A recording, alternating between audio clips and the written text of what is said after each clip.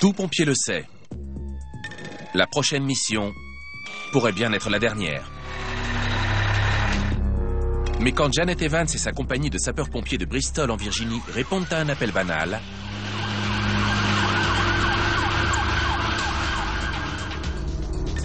ils n'ont pas la moindre idée de ce qu'ils vont devoir affronter.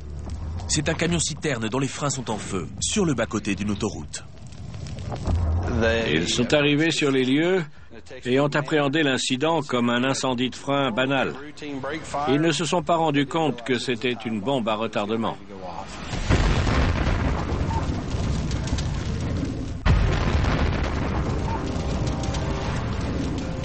Une gigantesque explosion illumine la nuit. D'énormes morceaux de métal dentelés sont projetés comme des missiles. Et les pompiers sont juste à côté. Ils étaient en train de sortir les lances à incendie et s'apprêtaient à éteindre le feu. Ils n'avaient aucune chance.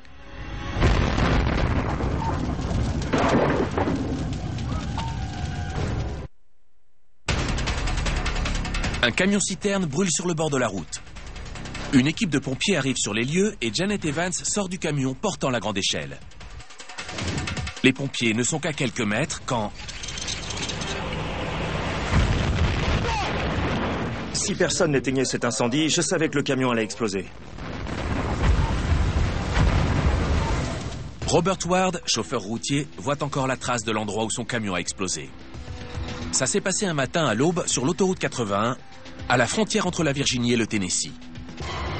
Soudain, le chauffeur voit des flammes sortir de sous le semi-remorque.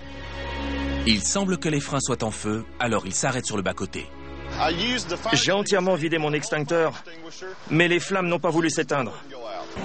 Quand le sergent Pat Lower arrive, ce n'est plus qu'un simple incendie de frein.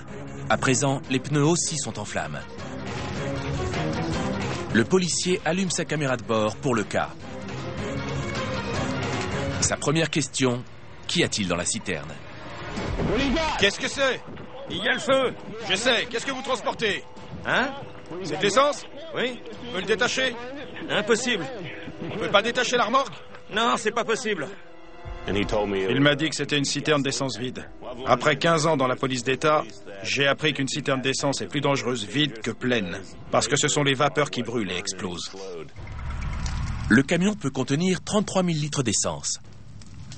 Sa cuve en aluminium de 6 mm et demi d'épaisseur est divisée en plusieurs compartiments pour transporter plusieurs types d'essence différents. Pour le moment, elle est vide. Mais elle contient des émanations extrêmement combustibles qui exploseront à environ 245 degrés Celsius. Et ce caoutchouc qui brûle quelques mètres plus bas pourrait être bien plus chaud. Une explosion serait éventuellement fatale pour les conducteurs ou quiconque se trouverait à proximité. Et il y a un hôtel de 5 étages avec 170 chambres à 50 mètres de là. Je dois dire que ce qui m'inquiétait, c'était que le camion était proche de 2 grands hôtels. Le capitaine Jeff Simpson envoie sa brigade sur place. Elle arrive quelques minutes plus tard. Ils garent leur camion perpendiculairement au camion-citerne. Janet Evans et 2 autres pompiers se mettent au travail. Ils éclairent le camion avec un gros projecteur. Les pompiers bloquent la voie centrale et le bas-côté.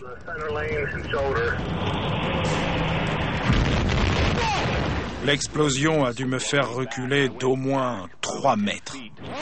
On a besoin d'aide, ça vient d'exploser! Secours sur place, il y a des pompiers! Je me suis retourné et j'ai couru vers eux. Je pensais qu'ils seraient blessés. Sur la vidéo, on voit le moment où la cuve est percée et où les vapeurs jaillissent. L'explosion est tellement violente qu'elle secoue la voiture de police. Elle soulève le camion-citerne de 4 tonnes et demie et le fait retomber quelques mètres plus loin. La caméra de surveillance d'un hôtel montre un morceau de métal aussi gros que le capot d'une voiture s'écrasant sur le parking. Sur une autre caméra, on voit l'autre côté de l'autoroute, que la police n'a pas encore fermée. Au moment de l'explosion, une voiture passe, évitant le souffle de peu. J'étais à quelques centaines de mètres de la caserne, mais j'ai entendu le message radio disant qu'ils avaient subi une grosse explosion et que tout le monde allait bien. Ça m'a étonné. J'étais soulagé, mais je me suis dit, un camion-citerne vient d'exploser, comment peuvent-ils aller bien? On a eu beaucoup de chance de survivre à ça. À quelques secondes près, on aurait pu mourir. Si on était arrivé sur les lieux 15 secondes plus tard, le camion aurait pu exploser alors qu'on passait à côté. Janet Evans et son équipe sont miraculeusement indemnes. Et ils éteignent rapidement l'incendie. Mais comment a-t-elle survécu? Quand le camion-citerne explose, 2 pompiers sont de l'autre côté de leur camion-échelle, loin du souffle. Janet Evans est en train de tirer la lance au-dessus du pare-choc avant, et la cabine à l'avant du camion l'a protégée. Les capsules en métal sur la citerne sont conçues pour rester en place, et elles ont tenu le coup, projetant l'explosion vers le haut et les côtés, et protégeant Janet. Quant aux policiers et aux chauffeurs, ils se trouvent derrière le camion des pompiers. Mais comment ont-ils survécu? Le souffle de l'explosion a projeté des morceaux de l'intérieur de la citerne à des centaines de mètres aux alentours. Le sergent Pat Lauer a gardé un éclat du métal qui a été retrouvé à 200 mètres de là. Si ça avait touché quelqu'un, la blessure aurait été fatale, vu la vitesse de déplacement. Une façon de ne pas oublier qu'il a frôlé la mort.